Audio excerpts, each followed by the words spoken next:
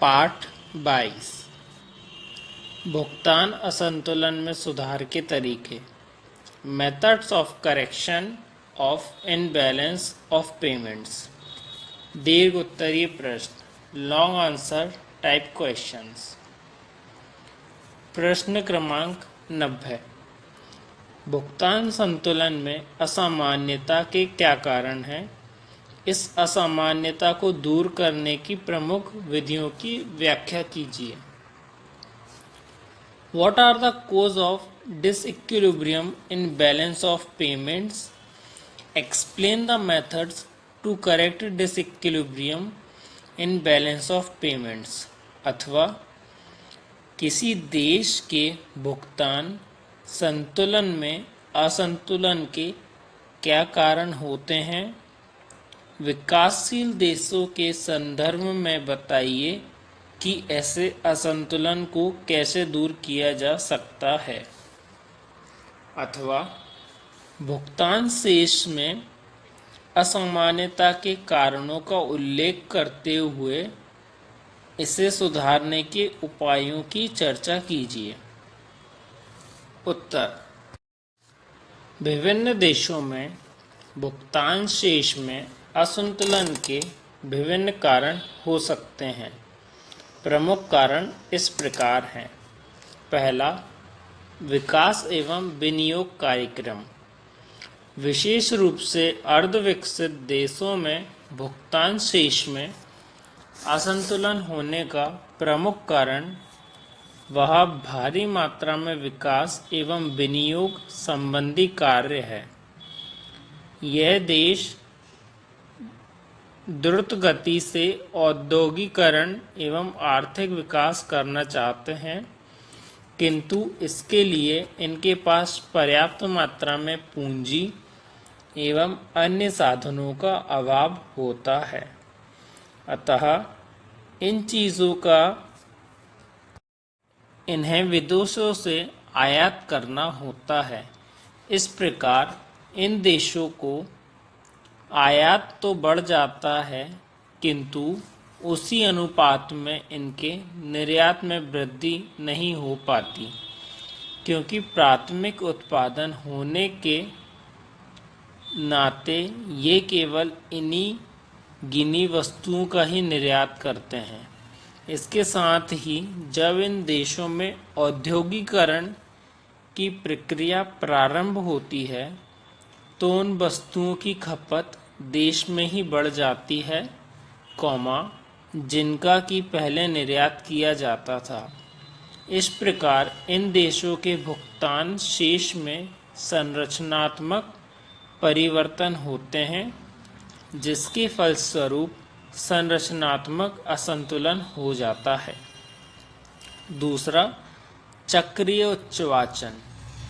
व्यापार चक्र के फलस्वरूप विभिन्न देशों में भिन्न अर्थव्यवस्था में चक्रीय उच्चवाचन होते हैं, जिनकी अवस्थाएं विभिन्न देशों में अलग अलग होती हैं, जिनके फलस्वरूप भुगतान शेष में चक्रीय असंतुलन पैदा हो जाता है। तीसरा, आय प्रभाव एवं कीमत प्रभाव। विकासशील देशों में आर्थिक विकास के फलस्वरूप लोगों की आय में वृद्धि होती है, जिससे कीमतों में भी वृद्धि होती है, जिसका इन देशों के भुगतान शेष पर प्रतिकूल प्रभाव पड़ता है। आय में वृद्धि होने से इन देशों के आयातों में वृद्धि होती है, क्योंकि इनकी सीमांत आयात प्रवृत्ति मार्जिनल प्रॉस्पेरिटी टू इंपोर्ट ऊंची होती है। इसके साथ ही चूंकि इन देशों में सीमांत उपभोग प्रवृत्ति भी ऊंची होती है, लोगों की घरेलू वस्तुओं के उपभोग की मांग में भी वृद्धि होती है। इसका परिणाम यह होता है कि इनके पास निर्यात की वस्तुओं की कमी हो जाती है। चौथा, निर्यात मांग में परिवर्तन। विकासशील देशों में भुगतान शेष में असंतुलन होने का एक प्रमुख कारण इनके द्वारा निर्यात की जाने वाली वस्तु में परिवर्तन हुआ है। आज विकसित देश खाद्यान्न, कच्चे माल एवं अन्य वैकल्पिक वस्तुओं का उत्पादन करने लगते हैं, जिनका कि वे विकासशील देशों से आयात करते थे। इसके फलस्वरूप विकासशील देशों के निर्यात कम हो गए हैं, जिससे भुगतान शेष में संरचनात्मक असंतुलन पैदा हो गया है। पांचवा, विकसित देशों में आयात प्रतिबंध। प्रायः विकसित देशों में अनुकूल व्यापार शर्तों एवं अन्य कारणों के फलस्वरूप उनका भुगतान शेष अतिरेक की स्थिति में रहता है, और यदि ये विकासशील देशों से आयात करते रहे तो विकासशील देशों की भुगतान शेष की स्थिति में सुधार हो सकता है, किंतु यह देश तरह तरह के आयात प्रतिबंध लगा देते हैं, जिससे विकासशील देशों के निर्यात में वृद्धि नहीं हो पाती एवं उनके भुगतान शेष में असंतुलन हो जाता है। छठवा, विकासशील देशों में तीव्र जनसंख्या वृद्धि दर। विकासशील देशों में जनसंख्या की वृद्धि की दर बहुत अधिक है, जिसका इन देशों के आर्थिक विकास एवं उनके फलस्वरूप भुगतान शेष पर प्रतिकूल प्रभाव पड़ता है।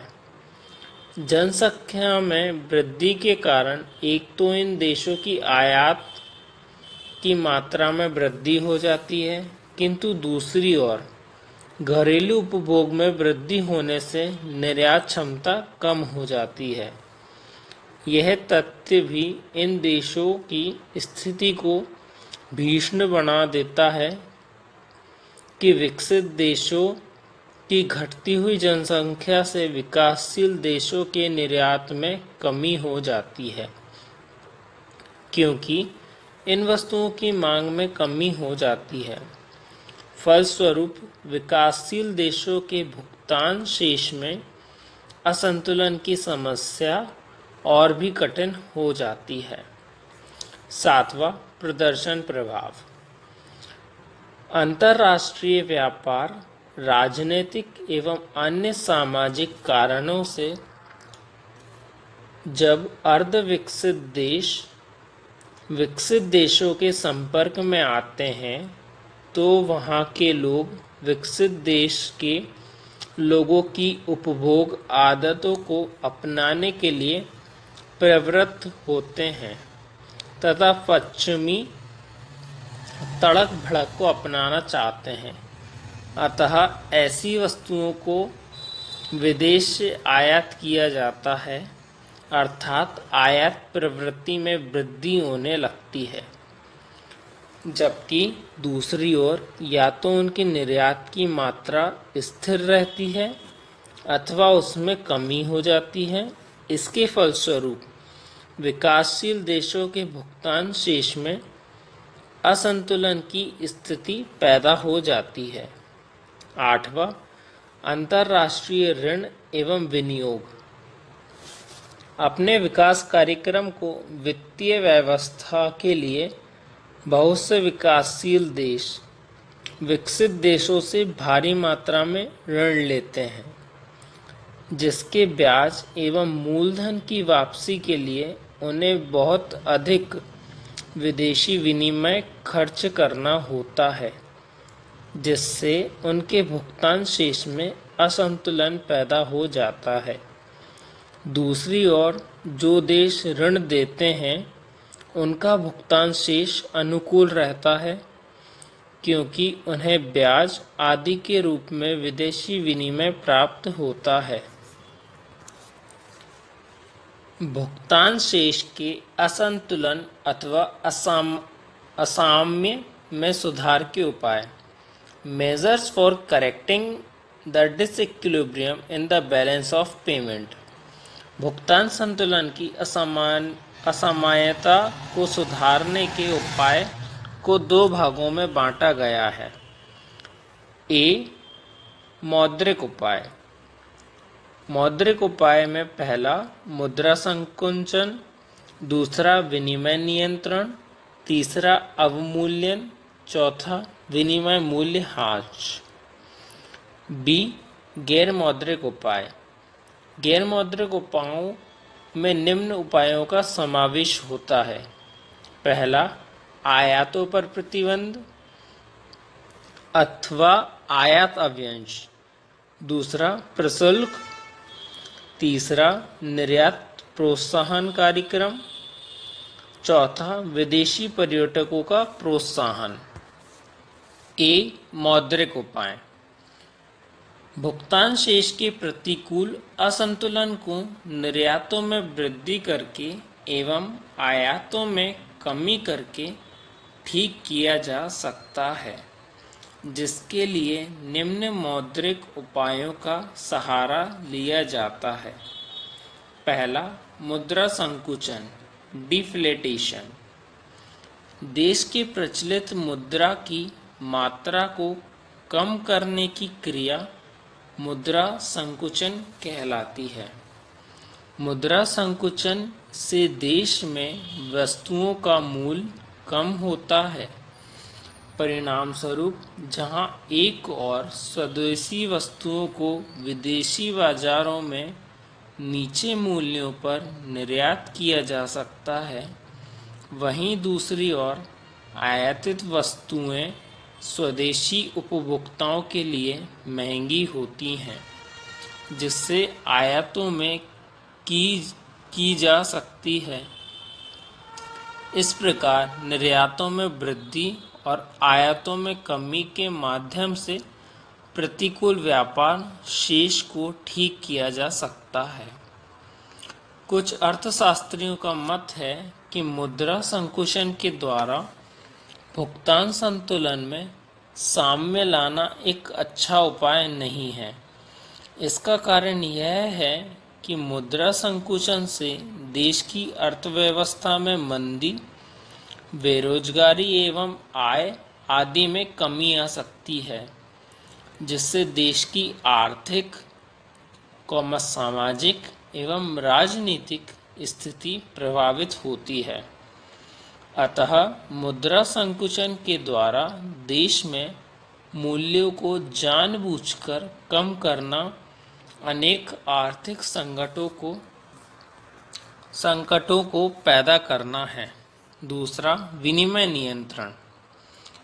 विनिमय नियंत्रण से आशय उन सब क्रियाओं के सामूहिक स्वरूप से है जो मुद्रा की विनिमय दर को एक निर्धारित स्तर पर बनाए रखने के लिए की जाती है।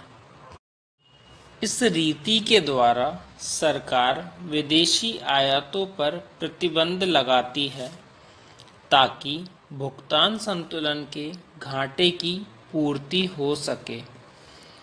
विनिमय नियंत्रण अनेक प्रकार से किया जाता है, जैसे विनिमय दर को ऊंचा या नीचा रखना, विनिमय दर प्रणाली को अपनाना, विदेशियों के खातों को अवरुद्ध करना, पूंजी के निर्यात पर प्रतिबंध लगाना आदि।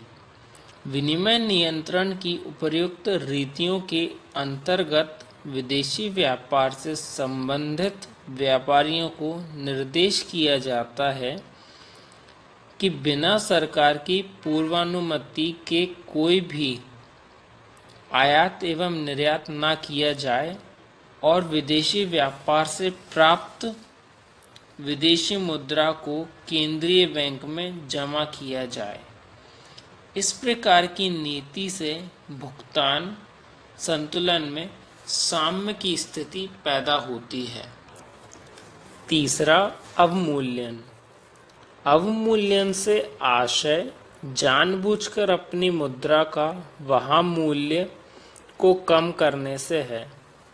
जब किसी देश का भुगतान संतुलन विपक्ष में हो जाता है, तब वह देश अपनी मुद्रा का अवमूल्यन करता है। इससे अवमूल्यन करने वाले देश की वस्तुएं विदेशों में सस्ती हो जाती हैं, जिससे निर्यातों में वृद्धि हो जाती है। इसके साथ ही विदेशी वस्तुएं उस देश के लिए महंगी हो जाती हैं, जिससे आयात कम हो जाते हैं। फलतः भुगतान संतुलन में साम्य स्थापित हो जाता है। इस संदर्भ में यह उल्लेखनीय है कि अवमूल्यन एक ऐसा अस्त्र है जो कि गंभीर प्रकार के असंतुलन को ठीक करने हेतु प्रयुक्त किया जाता है। अवमूल्यन से विनिमय दर घट जाती हैं, जिससे निर्यातों में वृद्धि एवं आयातों में कमी होती है। किंतु अवमूल्यन की सफलता आयात एवं निर्यात की लोच पर निर्भर करती है। यदि आयातों एवं निर्यातों की मांग एवं मूल्य लोच इकाई से अधिक है, तो अवमूल्यन के फलस्वरूप आयातों में बहुत अधिक कमी एवं निर्यातों में बहुत अधिक वृद्धि होगी। इसके विपरीत यदि आयातों व निर्यातों की मांग लोच एवं मूल्य लोच इकाई से कम है, तो अवमूल्यन का प्रभाव उल्लेखनीय नहीं होगा। चौथा, विनिमय मूल्यह्रास। विनिमय मूल्यह्रास से भी अवमूल्यन के समान घरेलू मुद्रा के वहाँ मूल्य को कम कर दिया जाता है, अर्थात विनिमय दर को कम कर दिया जाता है। किंतु मूल्यह्रास एवं अवमूल्यन में अंतर होता है।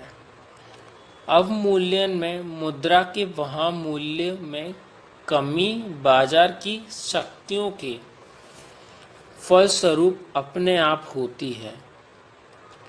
इन दोनों का प्रभाव एक समान होता है, अर्थात निर्यात बढ़ते हैं और आयात कम होते हैं। पांचवा, ब्याज की दरों में परिवर्तन। यदि एक देश अपने यहाँ ब्याज की दरों में वृद्धि करता है, तो वहाँ पर विदेशी पूंजी आकर्षित होने लगती है तथा स्वदेशी पूंजी भी बाहर नहीं जाती। विदेशी पूंजी के आने से भुगतान संतुलन की असामान्यता दूर हो जाती है। यदि उपलब्ध विदेशी पूंजी को उत्पादन कार्यों में प्रयुक्त किया जाता है एवं उत्पादित वस्तुओं को निर्यात किया जाता है, तो दीर्घकालीन आधार पर भुगतान संतुलन साम्य की स्थिति में रहता है। बी, गैर मौद्रिक उपाय, नॉन मॉनेटरी मेजर्स। प्रतिकूल भुगतान संतुलन को ठीक करने के लिए गैर मौद्रिक उपाय भी क्रियान्वित किए जाते हैं। यह उपाय निम्न प्रकार हैं। पहला, आयात अवंश, इंपोर्ट कोटा।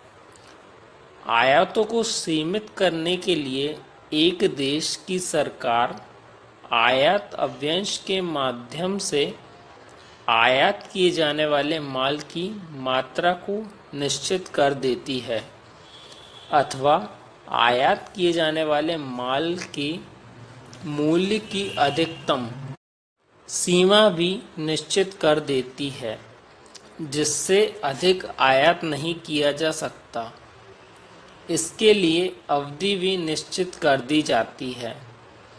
आयात कम हो जाने वाले विदेशी विनिमय की मात्रा कम हो जाती है और इस प्रकार प्रतिकूल व्यापार शेष को ठीक किया जा सकता है। आयात अवंश के निम्न दो रूप हो सकते हैं। ए, एक पक्षीय कोटा प्रणाली, यूनिलैटरल कोटा सिस्टम। इसके अंतर्गत विदेशों से आयात किए जाने वाले माल की कुल मात्रा या मूल्य निश्चित कर दिए जाते हैं और आयात करने वाले व्यापारियों को लाइसेंस दे दिए जाते हैं। जब व्यापार निर्धारित कोटे का माल विश्व के किसी भी देश से आयात कर सकते हैं तो इसे अंतर्राष्ट्रीय कोटा, ग्लोबल कोटा कहते हैं। किंतु जब सरकार द्वारा यह निर्धारित कर दिया जाता है कि कौन सा माल कितनी मात्रा में किस देश से आयात किया जाएगा तो इसे निर्धारित कोटा, अलोकेटेड कोटा कहते हैं। बी, द्विपक्षीय अवंश प्रणाली, बायलैटरल कोटा सिस्टम। इसके अंतर्गत एक निश्चित मात्रा तक तो माल बिना आयात पर मंगाया जा सकता है, किंतु इस मात्रा से अधिक माल का आयात करने पर अतिरिक्त या अधिक आयात कर देना पड़ता है, जिससे आयात किए जाने वाला माल महंगा हो जाते हैं, अतः आयात हतोत्साहित होते हैं। दूसरा, प्रशुल्क अथवा आयात कर, टैरिफ। आयातों को नियंत्रित करने के लिए आयात की जाने वाली वस्तुओं पर ऊंची मांग में प्रशुल्क लगा दिया जाता है, जिससे उनकी कीमतों में भारी वृद्धि हो जाती है। फलस्वरूप आयात की वस्तुओं की मांग कम हो जाती है। ऐसी स्थिति में यदि निर्यात की जाने वाली वस्तुओं की मात्रा में वृद्धि होती है तो प्रतिकूल भुगतान शेष को ठीक किया जा सकता है। प्रारंभ में बहुत से देशों में प्रतिकूल भुगतान शेष को ठीक करने के लिए आयात करों का सहारा लिया गया था। तीसरा, निर्यात प्रोत्साहन कार्यक्रम। प्रतिकूल भुगतान शेष में सुधार के लिए देश में निर्यात संवर्धन के लिए प्रयास किए जाएं। इस उद्देश्य की पूर्ति के लिए निर्यात करों में रियायत दी जानी चाहिए। निर्यात करने वाले उद्योगों को आवश्यक कच्चा माल एवं आर्थिक सहायता दी जानी चाहिए। आयात प्रतिस्थापित उद्योगों को भी प्रोत्साहित किया जाना चाहिए, ताकि आयातों के लिए विदेशी पर निर्भरता कम हो सके। चौथा, विदेशी पर्यटकों को प्रोत्साहन। यदि देश में पर्याप्त संख्या में विदेशी पर्यटक आते हैं तो देश को विदेशी मुद्रा की प्राप्ति होगी और कुछ न कुछ सीमा तक प्रतिकूल भुगतान शेष को ठीक करने में इससे सहायता मिलती है। अतः देश के कलात्मक एवं ऐतिहासिक स्थलों को विकसित किया जाना चाहिए ताकि विदेशी पर्यटकों के लिए वे आकर्षण का केंद्र बने। मौद्रिक उपायों की तुलना में गैर मौद्रिक उपायों को भुगतान शेष का असंतुलन ठीक करने के लिए अधिक व्यवहारिक एवं उपयुक्त माना जाता है। प्रश्न क्रमांक 91। विकासशील देशों के भुगतान शेष में असंतुलन के कारण तथा उन्हें दूर करने के लिए उपाय बतलाइए। Describe the regions of disequilibrium in balance of payments of developing countries and measure for its correction. विकासशील देशों के भुगतान शेष में असंतुलन के निम्नलिखित कारण हैं। पहला, प्राथमिक उत्पादन की कीमतों की अस्थायी प्रकृति। विश्व बाजार में निर्मित वस्तुओं की तुलना में विकासशील देशों की प्राथमिक वस्तुओं की कीमतों में अस्थिरता रहती है। यदि मांग में परिवर्तन के फलस्वरूप इन वस्तुओं की कीमतों में उच्चावचन होते हैं तो निर्यात वस्तुओं की पूर्ति पर इसका प्रभाव पड़ता है। इसके पूर्व जब इनके निर्यातों की मात्रा अधिक रहती है तो ये देश एक निश्चित मात्रा में आयातों के आदी हो जाते हैं, किंतु जब निर्यात कम हो जाते हैं तो भी इनके आयात कम नहीं हो पाते। फलस्वरूप भुगतान शेष प्रतिकूल हो जाता है। दूसरा, विकसित देशों द्वारा विकासशील देशों में विनियोग की कमी। विकसित देशों का भुगतान शेष अनुकूल रहता है यदि ये अतिरेक वाले देश पिछड़े देशों में पूंजी का विनियोग करें तो विकासशील देशों की समस्या हल हो सकती है। तीसरा, निर्यातों के विशिष्टीकरण में अंतर। विकासशील देश मुख्य रूप से कृषि एवं खनिज वस्तुओं के निर्यात में विशिष्टीकरण करते हैं, जिनके लिए मांग की आय लोच कम रहती है। इसके विपरीत विकसित देश मुख्य रूप से औद्योगिक वस्तुओं के निर्यात में विशिष्टीकरण करते हैं, जिसके लिए मांग की आय लोच तुलनात्मक रूप से ऊंची रहती है। जैसे ही एक देश की राष्ट्रीय आय में वृद्धि होती है, उसका औद्योगिक एवं निर्मित वस्तुओं पर अनुपातिक व्यय बढ़ जाता है तथा खाद्यान्न पर अनुपातिक व्यय घट जाता है। यही कारण है कि विश्व में आय वृद्धि के साथ विकसित देशों के निर्यात में वृद्धि होती है तथा उनका भुगतान शेष अनुकूल हो जाता है, जबकि विकासशील देशों के निर्यात कम हो जाने से उनका भुगतान शेष प्रतिकूल हो जाता है। विश्व बाजार में विकासशील देशों की वस्तुओं के विज्ञापन एवं प्रतिष्ठा का अभाव।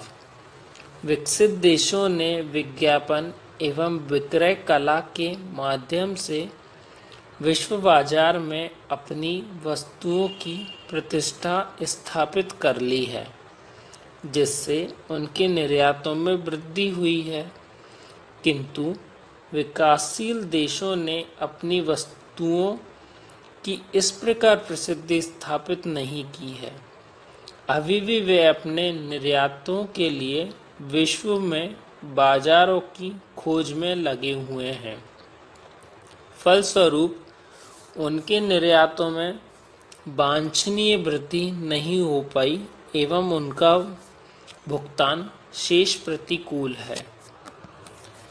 विकासशील देशों के प्रतिकूल भुगतान शेष में सुधार के उपाय।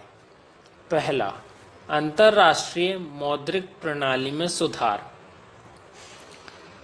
विकासशील देशों के प्रतिकूल भुगतान शेष को ठीक करने के लिए अंतर्राष्ट्रीय मौद्रिक प्रणाली में सुधार किया जाना चाहिए। इसके लिए अंतर्राष्ट्रीय तरलता में वृद्धि आवश्यक है। अर्थशास्त्रियों का विचार है कि तरलता में वृद्धि अंतर्राष्ट्रीय मुद्रा कोष द्वारा जारी की गई एवं स्वर्ण समर्थित कागजी मुद्रा से की जा सकती है। यहाँ मुद्रा कोष की बचत को विकासशील देशों में विनियोग करके भी तरलता की समस्या हल की जा सकती है। दूसरा, विनिमय की दर स्थिर। कुछ अर्थशास्त्रियों का मत है कि यह विकासशील देशों के हित में है कि विनिमय की दर स्थिर रखनी चाहिए। इन देशों को प्रायः प्रतिकूल भुगतान शेष की समस्या का सामना करना पड़ता है। यदि अंतर्राष्ट्रीय तरलता की स्थिति मजबूत हो तो स्थिर विनिमय दर के अंतर्गत ये देश अपने विकास कार्यक्रमों को पूरा कर सकते हैं। यदि विनिमय दर के समायोजन के माध्यम से इन देशों के प्रतिकूल भुगतान शेष को ठीक करने का प्रयत्न किया गया तो इस बात की अधिक संभावना है कि इन देशों की मुद्रा के विनिमय मूल्य में ह्रास हो एवं भुगतान शेष की समस्या और अधिक गंभीर हो जाए। तीसरा, पूंजी के पलायन पर रोक। यदि विकासशील देशों में पूंजी बाहर जाती है तो इससे भुगतान शेष की स्थिति और भी कठिन हो जाती है। यदि देश में राजनीतिक अस्थिरता, युद्ध या अशांति अथवा असुरक्षा की स्थिति विद्यमान रहती है तो पूंजी का बहिर्गमन होने लगता है। अतः अर्धविकसित देशों को ऐसी दशाओं का निर्माण करना चाहिए कि पूंजी देश के बाहर न जाने पाए। चौथा, विदेशी विनियोगों को प्रोत्साहन। विकासशील देशों में ऐसी दशाओं का निर्माण करना चाहिए जिससे विदेशी विनियोगों को प्रोत्साहन मिले तथा वे लाभ भी अर्जित करें। इसके लिए सरकार द्वारा विभिन्न प्रकार की रियायतें दी जा सकती हैं, किंतु विदेशी फर्मों की गतिविधियां देश के प्रतिकूल नहीं होना चाहिए। पांचवा, जनसंख्या नियंत्रण। विकासशील देशों को विदेशों से इसलिए अधिक आयात करना पड़ता है क्योंकि जनसंख्या वृद्धि के कारण वस्तुओं के लिए मांग अधिक होती है। इसलिए आयातों पर नियंत्रण करने के लिए यह आवश्यक है कि जनसंख्या पर नियंत्रण रखा जाए। छठवा, सुरक्षित भंडार का निर्माण। अंतर्राष्ट्रीय कच्चे माल का कोष अथवा भंडार का निर्माण इस उद्देश्य से किया जाना चाहिए कि चक्रीय उच्चावचनों के बावजूद भी इनकी कीमतों को स्थिर रखा जा सके। इसी प्रकार विकासशील देशों को अनाज का सुरक्षित भंडार रखना चाहिए ताकि संकट के समय इनके आयातों के लिए भारी मूल्य ना चुकाना पड़े एवं उनके भुगतान शेष में दबाव पैदा ना हो। सातवां, बचत एवं विनियोग को प्रोत्साहन। विकासशील देशों को अपनी भुगतान शेष की समस्या को हल करने के लिए निर्यातों में वृद्धि करना आवश्यक है। यह उसी समय संभव है जब उनके उत्पादन में वृद्धि हो। उत्पादन बढ़ाने के लिए विनियोग एवं बचत में वृद्धि होना आवश्यक है। आठवां, निर्यातों में विविधता एवं नए बाजारों की खोज।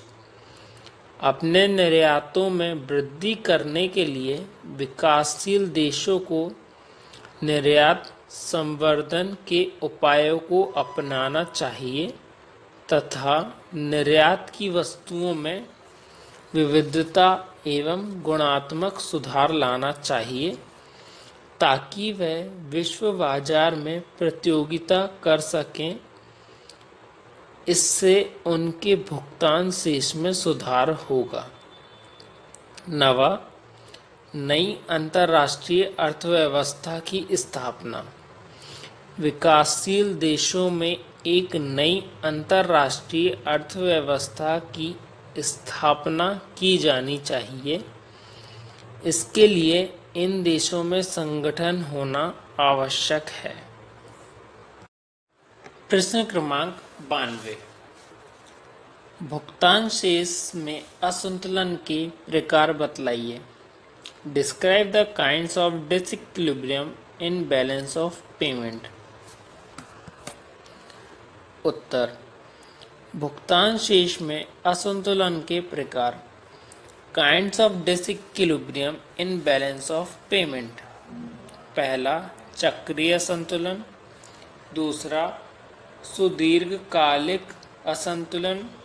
तीसरा, संरचनात्मक असंतुलन। पहला, चक्रीय असंतुलन, साइक्लिकल डिसइक्विलिब्रियम। भुगतान शेष में चक्रीय असंतुलन चक्रीय उच्चावचन के कारण होता है। व्यापार चक्र की विभिन्न अवस्थाओं पर व्यापक प्रभाव पड़ता है। व्यापार चक्र के कारण भुगतान शेष में निम्न प्रकार से चक्रीय असंतुलन पैदा हो सकता है।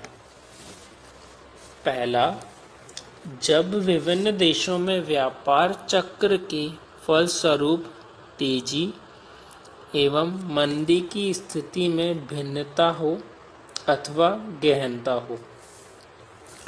यदि एक देश X में दूसरे देश Y की तुलना में व्यापार चक्र का प्रभाव अधिक गहन है, तो X देश में तेजी की स्थिति में भुगतान शेष प्रतिकूल रहेगा, क्योंकि कीमतों में वृद्धि से निर्यात हतोत्साहित होंगे एवं मंदी के समय भुगतान शेष अनुकूल रहेगा, कीमतों में कमी से निर्यात प्रोत्साहित होंगे। Y देश में इसके विपरीत स्थिति होगी। दूसरा, यदि विभिन्न देशों में व्यापार चक्र की विभिन्न अवस्थाओं की अवधि में भिन्नता हो, तो भी भुगतान शेष में चक्रीय असंतुलन अथवा असाम्य पैदा हो सकता है। यदि दूसरे देश की तुलना में एक देश में पुनरुत्थान रिकवरी की अवस्था बहुत विलंब से आती है, तो इसका दीर्घकालीन प्रभाव उस देश के भुगतान शेष पर प्रतिकूल होता है। तीसरा, यदि विभिन्न देशों में आयातों के लिए मांग की आय लोच में भिन्नता हो, तो भी भुगतान शेष में चक्रीय असंतुलन पैदा हो सकता है। यदि अन्य बातों के स्थिर रहने पर X देश में आयातों के लिए मांग की आय लोच Y की तुलना में अधिक है, तो तेजी की स्थिति में X देश में भुगतान शेष प्रतिकूल रहेगा एवं मंदी के समय अनुकूल रहेगा। चौथा, यदि विभिन्न देशों में आयातों के लिए मांग की कीमत लोच में भिन्नता हो, तो भी भुगतान शेष में चक्रीय असंतुलन पैदा हो सकता है। यदि अन्य बातें स्थिर रहने पर X देश में आयातों के लिए मांग की कीमत लोच Y की तुलना में अधिक है, तो तेजी की स्थिति में X देश में भुगतान शेष अनुकूल होगा एवं मंदी की स्थिति में प्रतिकूल होगा। दूसरा, सुदीर्घकालिक असंतुलन, सेक्युलर डिसइक्विलिब्रियम। एक अर्थव्यवस्था को आर्थिक विकास की विभिन्न अवस्थाओं से गुजरना पड़ता है, जिसके अंतर्गत दीर्घकालीन परिवर्तन धीरे धीरे होते हैं। इस समय अंतराल में कोई गतिशील तत्वों में परिवर्तन होते हैं, जैसे पूंजी निर्माण, जनसंख्या में वृद्धि, तकनीकी प्रगति एवं नव परिवर्तन औद्योगिक विकास इत्यादि। एक विकासशील अर्थव्यवस्था में विकास की प्रारंभिक अवस्था में बचत की तुलना में अधिक विनियोग करना आवश्यक हो जाता है तथा निर्यातों की तुलना में आयात भी अधिक करना होता है। यदि ऐसी स्थिति में देश में पर्याप्त मात्रा में विदेशी पूंजी उपलब्ध नहीं होती तो देश में भुगतान शेष के घाटे की विकट स्थिति उत्पन्न हो जाती है। इसी प्रकार यदि विकास की दर की तुलना में देश में जनसंख्या की वृद्धि की दर अधिक रहती है तो भी उसकी आयात की आवश्यकताएं निर्यात की तुलना में अधिक रहती हैं, जिसके परिणाम स्वरूप भुगतान शेष प्रतिकूल रहता है अथवा उसमें दीर्घकालीन घाटे की स्थिति आ जाती है। आर्थिक विकास की परिपक्वता की अवस्था ड्राइव टू मैच्योरिटी प्राप्त कर लेने के बाद विदेश में विनियोग की तुलना में आय का अनुपात बढ़ जाता है। पूंजी के आधिक्य से उत्पादन में भी वृद्धि होती है और आयातों की तुलना में निर्यात भी अधिक बढ़ने लगते हैं। यदि इस स्थिति में देश से पर्याप्त मात्रा में पूंजी का बहिर्गमन नहीं हो तो देश के भुगतान शेष में दीर्घकालीन अतिरेक की स्थिति आ जाती है। तीसरा, संरचनात्मक असंतुलन स्ट्रक्चरल डिसइक्विलिब्रियम। किसी देश के भुगतान शेष में संरचनात्मक असंतुलन की स्थिति उस समय आती है जब निर्यात अथवा आयात या इन दोनों की मांग या पूर्ति के ढांचे में परिवर्तन होता है। किंडलबर्जर के अनुसार जब देश की आधारभूत परिस्थितियों में परिवर्तन के फलस्वरूप देश की आय का कुछ भाग या तो विदेशों में व्यय किए जाने वाले लगता है अथवा विदेशों से आय प्राप्त होने लगती है तो भी भुगतान शेष में असंतुलन की स्थिति पैदा हो जाती है। भुगतान शेष में संरचनात्मक असंतुलन उत्पन्न होने के कारणों को बिंदुवार निम्न रूप में व्यक्त किया जा सकता है। पहला, पूंजीगत हानियां कैपिटल लॉसेस। जब देश में युद्ध या अन्य प्राकृतिक संकटों के फलस्वरूप पूंजी की भारी मात्रा में क्षति होती है तो उत्पादन की बहुत हानि होती है एवं राष्ट्रीय आय पर भी प्रतिकूल प्रभाव पड़ता है। कई पूंजीगत साधनों की क्षति के कारण विदेशों से भारी मात्रा में पूंजी का आयात करना पड़ता है। ऐसी स्थिति में यदि निर्यात अपरिवर्तित रहते हैं, बढ़ नहीं पाते, तो भुगतान शेष में संरचनात्मक असंतुलन पैदा हो जाता है। दूसरा, मांग का स्वरूप पैटर्न ऑफ डिमांड।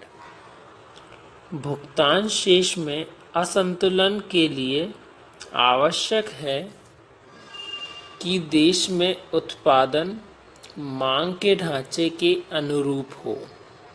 जब देश में राष्ट्रीय आय और प्रति व्यक्ति आय में वृद्धि होती है तो मांग में भी वृद्धि होती है और देश में स्थित साधन इस बढ़ी हुई मांग की पूर्ति नहीं कर पाते तो इन वस्तुओं का विदेशों से आयात करना पड़ता है।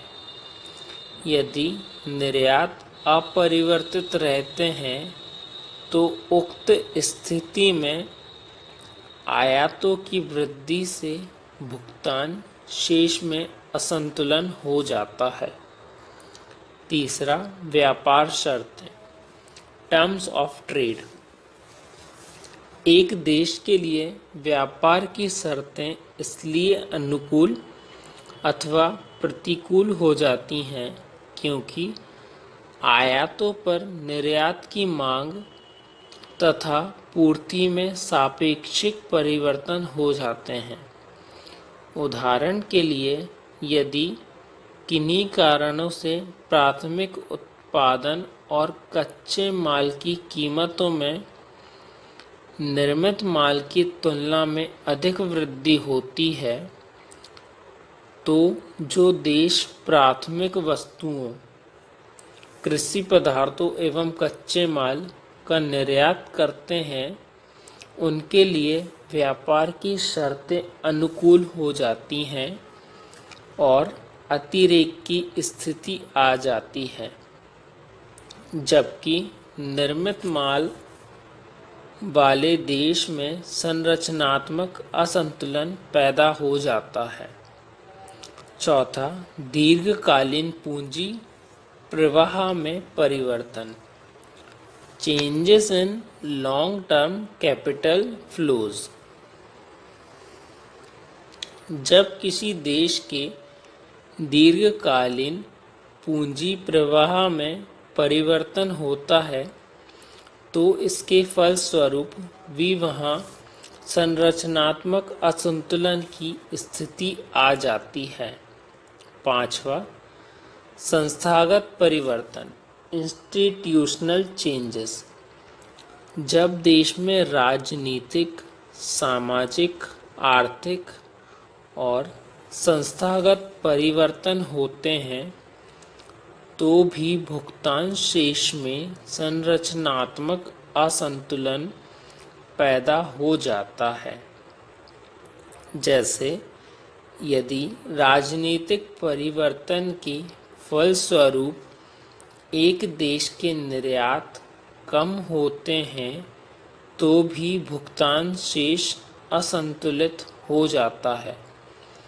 इसी प्रकार व्यापार के क्षेत्र में यदि अवरोध अथवा बाधाएं पैदा की जाती हैं, जैसे विनिमय नियंत्रण, अव्यंश प्रणाली इत्यादि, तो भी संरचना असंतुलन की स्थिति आ जाती है। छठवां, व्यापार का ढांचा, पैटर्न ऑफ ट्रेड। किसी देश के व्यापार के ढांचे में परिवर्तन होने के फलस्वरूप भी भुगतान शेष में असंतुलन की स्थिति आ जाती है। लघु उत्तरीय प्रश्न, शॉर्ट आंसर टाइप क्वेश्चंस। प्रश्न क्रमांक 93, क्वेश्चन नंबर 93, अस्थायी असंतुलन किसे कहते हैं? What is temporary disequilibrium? उत्तर, भुगतान शेष में अस्थायी असंतुलन उस समय होता है जब वह अल्पकालीन अथवा अस्थायी कारणों से पैदा होता है तथा ऐसे असंतुलन की स्थिति दीर्घकालीन नहीं होती। जैसे ही अल्पकालीन कारण समाप्त होता है, असंतुलन भी समाप्त हो जाता है। उदाहरण के लिए, यदि किसी देश में प्रतिकूल मौसम एवं बाढ़ अथवा सूखे की स्थिति के कारण खाद्यान्न की कमी हो जाती है तो उसे भारी मात्रा में विदेशों से आयात करना पड़ता है। यदि निर्यातों के मूल्य में कोई परिवर्तन ना हो तो उतने समय के लिए, जब तक कि अगले वर्ष प्रचुर मात्रा में फसल प्राप्त नहीं हो जाती, उस देश का भुगतान शेष असंतुलित हो जाता है। इसे अस्थायी असंतुलन कहते हैं। प्रश्न क्रमांक 94। भुगतान संतुलन सदैव संतुलन में रहता है, क्यों? Balance of payment always balance, why?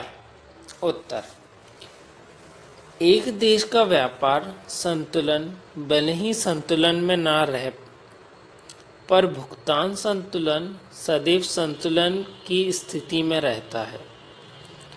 व्यापार संतुलन का आशय माल के आयात और निर्यात से होता है। जब किसी देश के निर्यात का मूल्य आयात मूल्य से अधिक होता है तो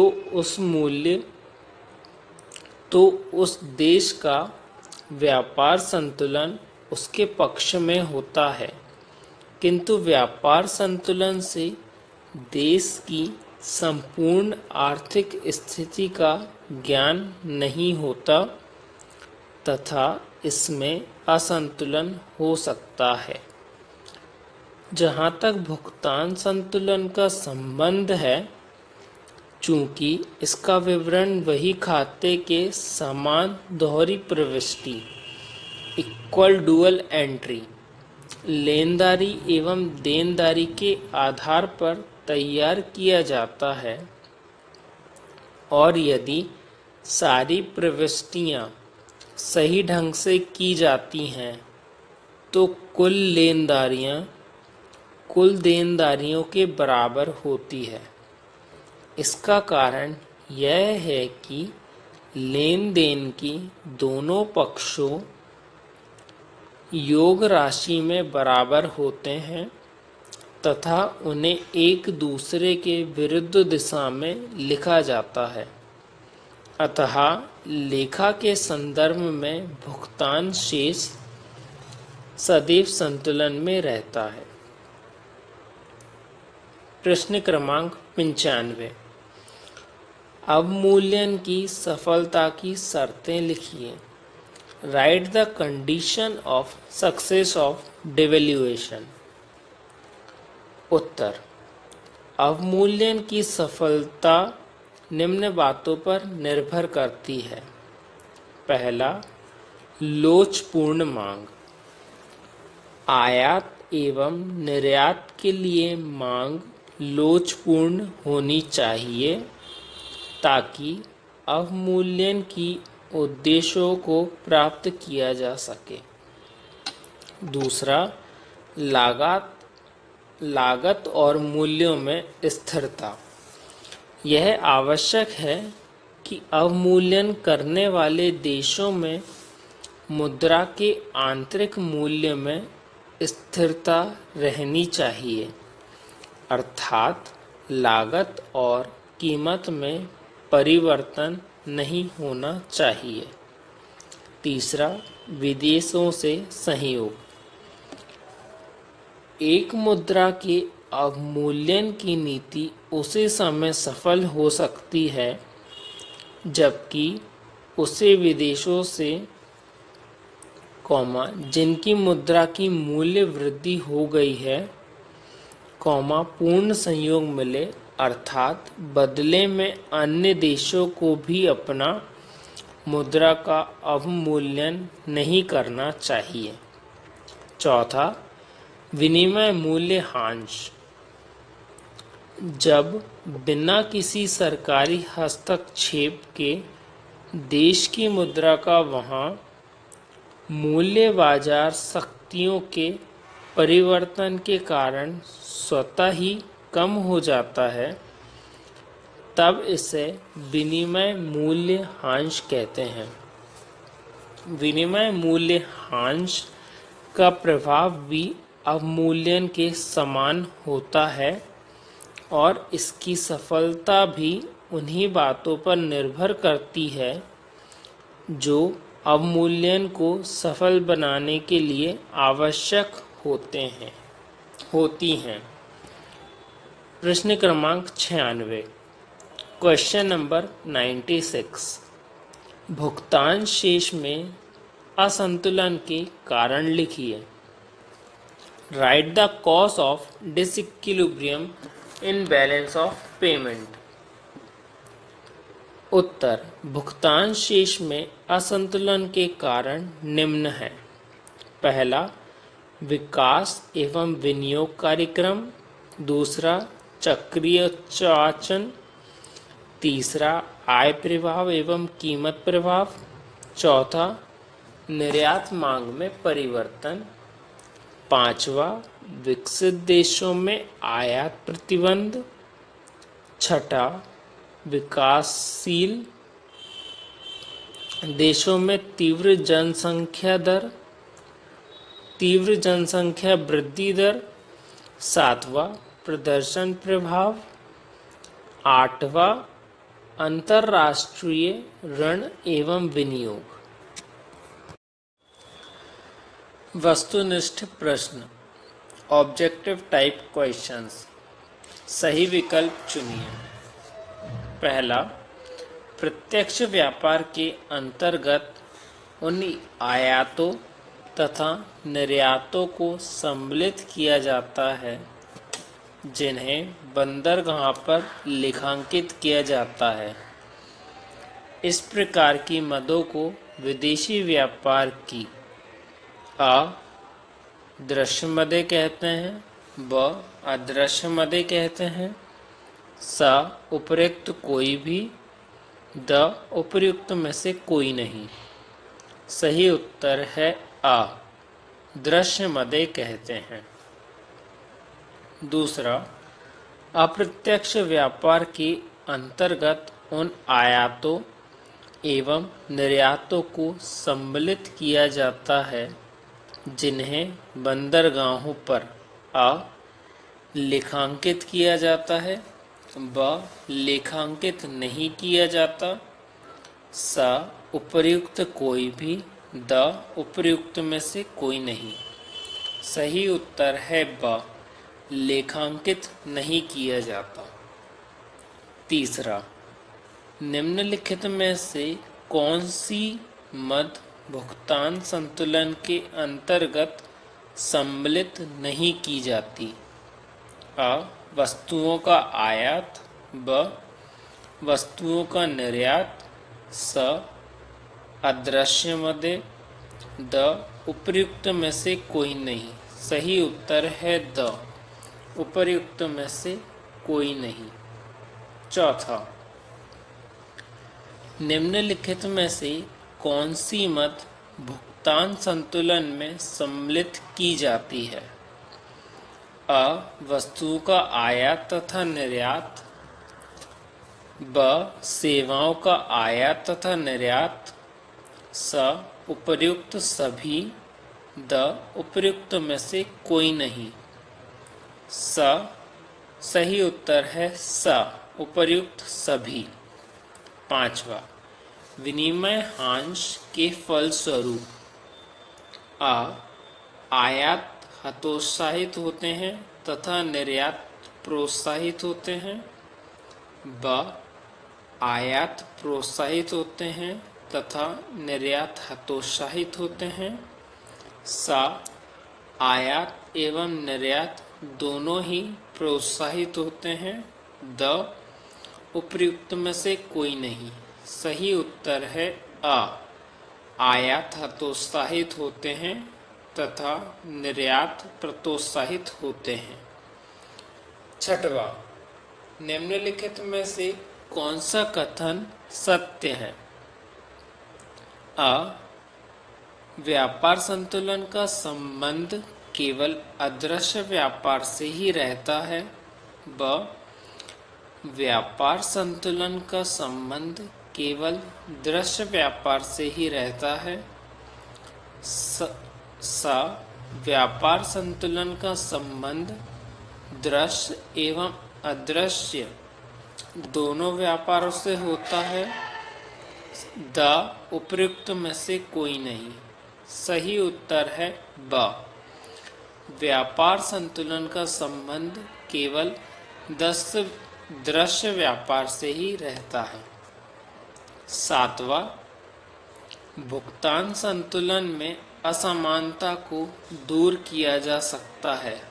आ, निर्यात में वृद्धि करके, ब, आयातों में कमी करके, स, मुद्रा अवमूल्यन के द्वारा, द, उपर्युक्त सभी उपायों द्वारा। सही उत्तर है द, उपर्युक्त सभी उपायों द्वारा।